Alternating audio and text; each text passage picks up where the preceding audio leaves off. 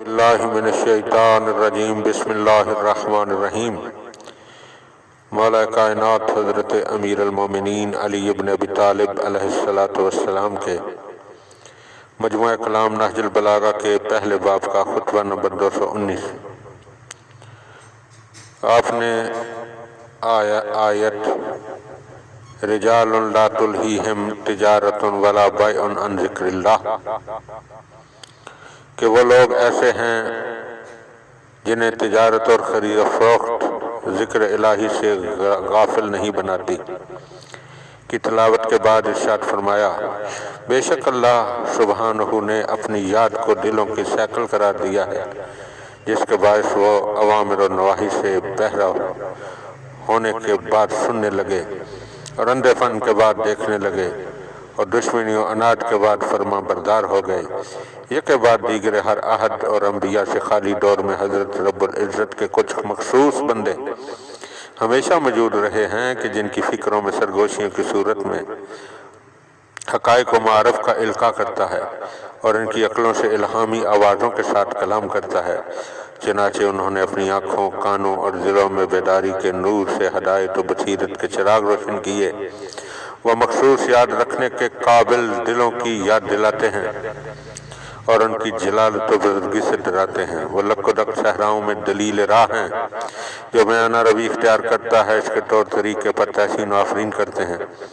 اور اسے نجات کی خوشخبری سناتے ہیں،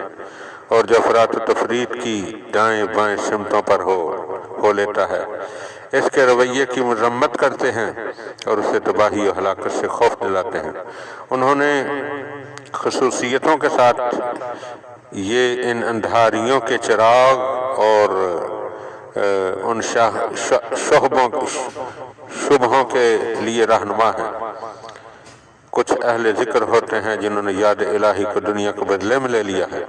انہیں نہ تجارت اس سے غافل رکھتی ہے اور نہ خرید و فروخت، اسی کے ساتھ زندگی کے دن بسر کرتے ہیں اور محرمات الہیہ سے متنبع کرنے والی آوازوں کے ساتھ غفلت شعاروں کے کانوں میں پکارتے ہیں، عدل و انصاف کا حکم دیتے ہیں اور خود بھی اس پر عمل کرتے ہیں، برائیوں سے روکتے ہیں اور خود بھی اس سے باز رہتے ہیں، گویا انہوں نے دنیا میں ہوتے ہوئے آخرت تک منزل کو طے کر لیا اور جو کچھ دنیا کے عقب میں ہے اسے اپنی آنکھوں سے دیکھ لیا، اور گویا وہ اہل برزخ کے ان چھپے ہوئے حالات پر جو ان کے طویل عرصہ قیام میں نہیں پیش آئے آگاہ ہو چکے ہیں، اور گویا قیامت نے ان کے لیے اپنے وعدوں کو پورا کر دیا اور انہوں نے اہل دنیا کے سامنے ان چیزوں پر سے پردہ اٹھا دیا، یہاں تک کہ گویا وہ سب کچھ دیکھ رہے ہیں جسے دوسرے لوگ نہیں دیکھ سکتے، اور وہ سب کچھ سن رہے ہیں جسے دوسرے نہیں سن سکتے۔ اگر تم ان کی پاکیزہ جگہوں، پسندیدہ محفلوں میں ان کی تصویر اپنے ذہن میں کھینچو جبکہ وہ اپنے اعمال ناموں کو کھولے ہوئے ہوں اور اپنے نفسوں سے ہر چھوٹے بڑے کام کا محاسبہ کرنے پر آمادہ ہوں، ایسے کام کے جن پر وہ مامور تھے انہوں نے کوتاہی کی، یا ایسے جن سے انہیں روکا گیا تھا اور ان سے تقصیر ہوئی، اور ہمیشہ اپنی پشتوں کو اپنے گناہوں سے گراں بار محسوس کرتے رہے ہوں کہ جن کے اٹھانے سے وہ اپنے کو عاجز اور درماندہ پاتے ہوں، اس لیے روتے روتے ان کی ہچکیاں بند گئی ہوں اور بلک بلک کر روتے ہوئے ایک دوسرے کو جواب دے رہے ہوں اور ندامت و اعتراف گناہ کی منزل پر کھڑے ہوئے اللہ سے چیخ چیخ کر فریاد کر رہے ہوں، تو اس صورت میں تمہیں ہدایت کے نشان اور اندھیروں کے چراغ نظر آئیں گے کہ جن کے گرد فرشتے حلقہ کیے ہوئے ہوں گے۔ تسلی و تسکین کا ان پر ورود ہو،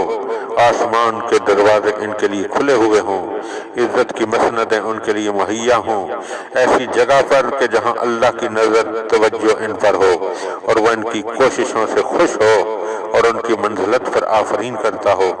وہ اسے پکارنے کی وجہ سے عفو و بخشش کی ہواؤں میں سانس لیتے ہوں اور اس کو فضل و کرم کی احتیاج میں گروی ہوں اور اس کی عظمت و رفعت کے سامنے ذلت و پستی میں جکڑے ہوئے ہوں۔ غم و اندوہ کی طویل مدت نے ان کے دلوں کو زخمی اور گریہ و بکا کی کثرت نے ان کی آنکھوں کو مجروح کر دیا ہو ہر اس دروازے پر ان کا ہاتھ دستک دینے والا ہے جو اس کی طرف متوجہ اور راغب کرے۔ وہ اس سے مانگتے ہیں کہ جس کے جود و کرم کی پہنائیاں تنگ نہیں ہوتی اور نہ خواہش لے کر بڑھنے والے نا امید پھرتے ہیں۔ تم اپنی بہبودی کے لیے اپنے ہی نفس کا محاسبہ کرو، کیونکہ دوسروں کا محاسبہ کرنے والا تمہارے علاوہ دوسرا ہے۔ اللہم صلی علی محمد و آل محمد۔